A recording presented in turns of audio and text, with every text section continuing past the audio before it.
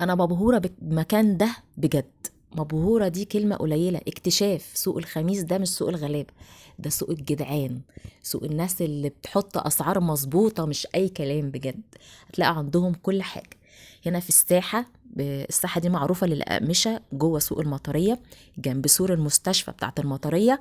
انا لفيت كتير قوي، في الاخر جبت من عند ابو محمد، المكان ده اللي انا بصور منه، وجبت القماش الحلو ده. قولوا لي مبروك بقى، وهوريكم في بقيه الفيديو انا جبت ايه كمان. هنعمل كده رحله تنجيد للانتريه وستاير وتغيير وكده. وجبت قماشي كله من عند ابو محمد. فكمان بوريلكم عنده قماشه حلوه قوي. القماش ده تركي، لمعته تجنن، تقيل، ينفع بقى ستاير عرض 3 متر ب 130. متخيلين؟ القماش العادي عرض 140. حلو جدا، قلت اصوره لكم. الحقوه لان بجد الوانه تحفه، ورقمه اهو على الشاشه للي حابب يتواصل معاه ويسال عن اي حاجه شافها في الفيديو ده. محبه مني ليكم، الفيديو ده مش اعلان، اللي عايز يعني يشتري قلت اشارككم ان انا توفقت عند الراجل ده وجبت قماشتي كلها منه.